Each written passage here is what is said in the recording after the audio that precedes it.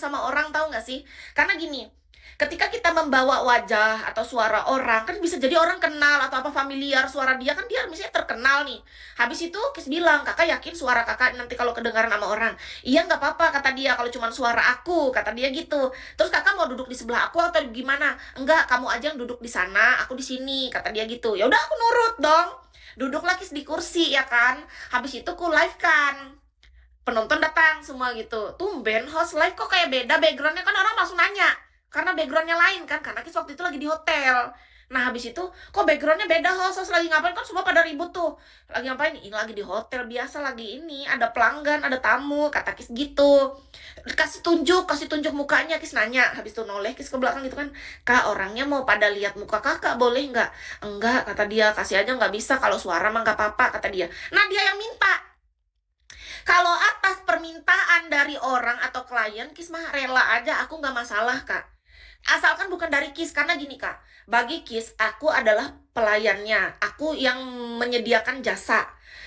Kita itu harus bisa menjaga privasi pelanggan, tamu, ataupun klien kita. Iya dong. Tapi ketika orangnya yang bersangkutan yang meminta hal tersebut, dan dia tidak keberatan, kulakukan, Kak. Beneran kulakukan, tapi dia saat itu nggak mau wajahnya dikasih lihat. Dia hanya pengen ngobrol sama Kis, terus dia bilang, boleh nggak kamu ngobrol sama aku aja, kata dia. Iya, jadi awalnya tuh kan dia tuh minta Kis. Nah, ketika aku siaran, otomatis aku fokus dengan penonton kan. Aku jawabin orang yang nanya, aku jawab sambil aku makan sate kayak gitu.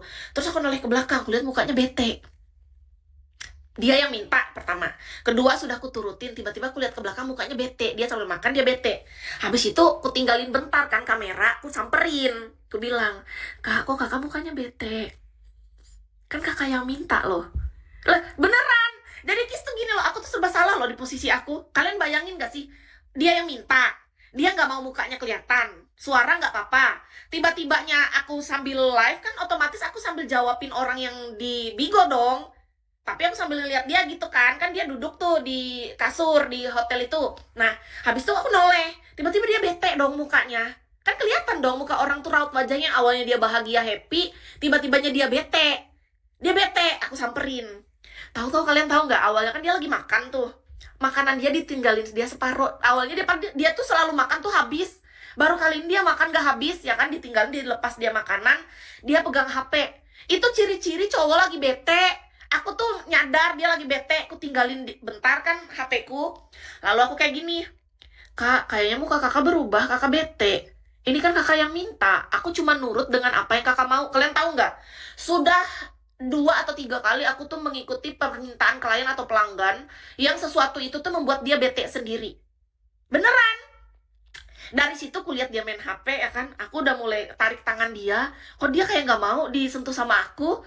Dia mainin HP-nya, dia fokus ke HP, beneran dia fokus ke HP, nggak mau noleh ke aku. Itu udah saatnya aku sadar, oh kataku, aku harus hentikan nih live-nya aku langsung inisiatif, langsung aku balik, beneran aku langsung balik ke HP, aku bilang, teman-teman maaf ya, aku harus off dulu, nanti lain kali aku lanjutkan live-nya.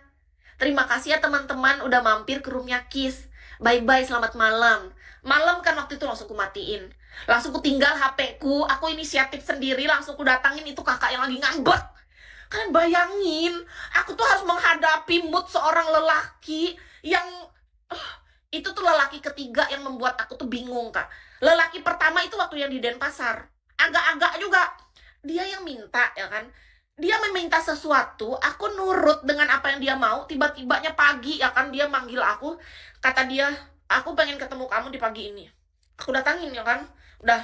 Terus kata dia, kenapa kamu malam tadi mau melakukan itu? Lah, kan kakak yang minta, dia yang minta, dia. Aku tuh gak ngerti sama jalan pikiran cowok.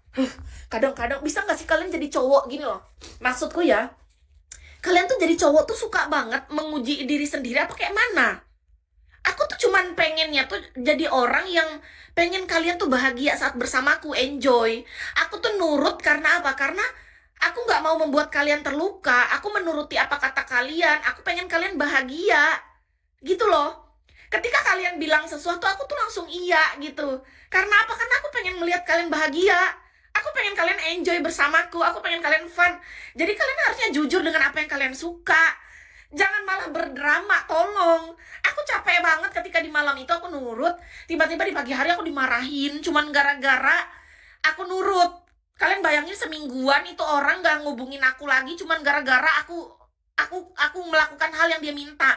Tapi habis itu baru dia yang minta maaf. Maafin aku ya, kemarin moodku gak bagus, kata dia, gara-gara aku gak suka aja kamu melakukan itu. Lah, dia yang suruh. Sama kayak yang di kasus hotel tadi. Kita di hotel, tiba-tibanya dia minta aku live. Sudahlah aku live, tiba-tibanya dia cemburu. Tiba-tiba dia main HP, nggak mau melihat muka aku. Pas ku matiin HP gitu kan, ku rayu-rayu dulu dia sebentar, barunya dia mau lepas HP itu. Ternyata laki-laki itu, teman-teman, aku tuh jadi dapat pelajaran ya. Ketika aku jadi LC nih ya. Laki-laki itu, Kak, jangan lihat dia dari usianya.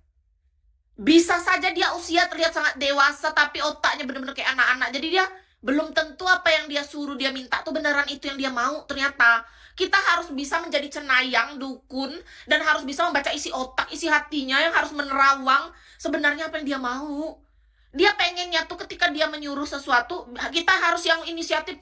Enggak lah, aku nggak mau, aku pengennya fokus sama kamu. Pengennya gitu, ngerti nggak sih? Beda sama aku. Tolong, ini ya Kak, tolong. Ini dari hatiku ya. Aku minta tolong aja ya Kak.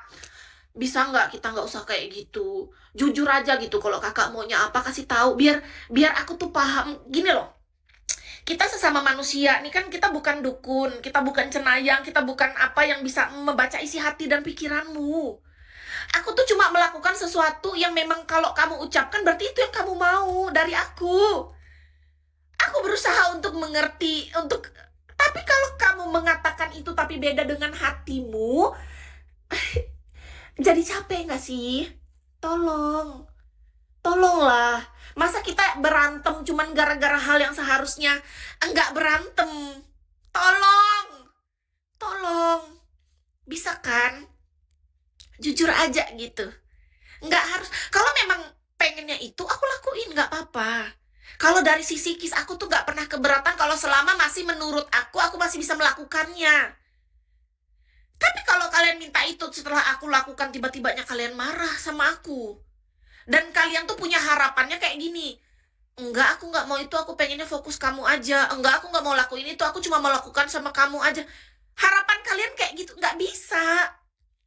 Aku hanya melakukan sesuatu ya kalau memang kalian mau itu. Paham nggak sih?